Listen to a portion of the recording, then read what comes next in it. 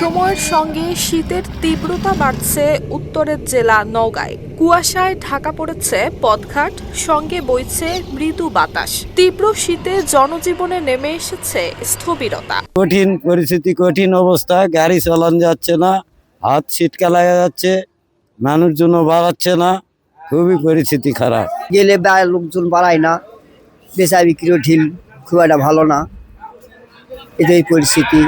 তাছাড়া তাদের পেট চালান লাগবে, না হলে কি হবে কোন, এই জন্য বের হয়ে আসছি, তো লোকজন তো বাড়ায়নি। এদিকে জরুরি প্রয়োজন ছাড়া ঘর থেকে বেরোতে পারছেন না মানুষজন। কাজে যেতে না পারায় দুর্ভোগে পড়েছেন দিনমজুর এবং নিম্ন আয়ের মানুষ। শীতে তো কম কাজ করা তো খুবই কষ্ট হয়। এখন মনে করে শীতও বেশি হয়ে গেছে, সময় এটা ক্ষতি হয়েছে, আবার সামনে বাড়লেও ভালো হতে পারে। পরিস্থিতি খারাপ, বুঝতে পারছেন, এই কুয়াশা ঠান্ডা, এই পেটের দায় এখন বাড়াটার লাগিচ্ছে। সন্ধ্যা নামার সঙ্গে সঙ্গে ঘন কুয়াশায় ছেয়ে যাচ্ছে পুরো জেলা। সকালের কুয়াশার কারণে ঘটছে ছোটখাটো দুর্ঘটনা। দিনের বেলাও যানবাহন চলাচলে ব্যবহার করতে হচ্ছে হেডলাইট। গতকাল থেকে আজ অবধি এখনো পর্যন্ত নওগাঁয় দেখা মেলেনি সূর্যের।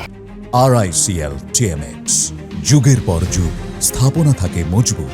নওগাঁ জেলার বাদলগাছি আবহাওয়া এবং কৃষি পর্যবেক্ষণাগারের তথ্য বলছে 29 ডিসেম্বর সকাল 9টায় জেলার সর্বনিম্ন তাপমাত্রা রেকর্ড করা হয়েছে 11.7 ডিগ্রি সেলসিয়াস।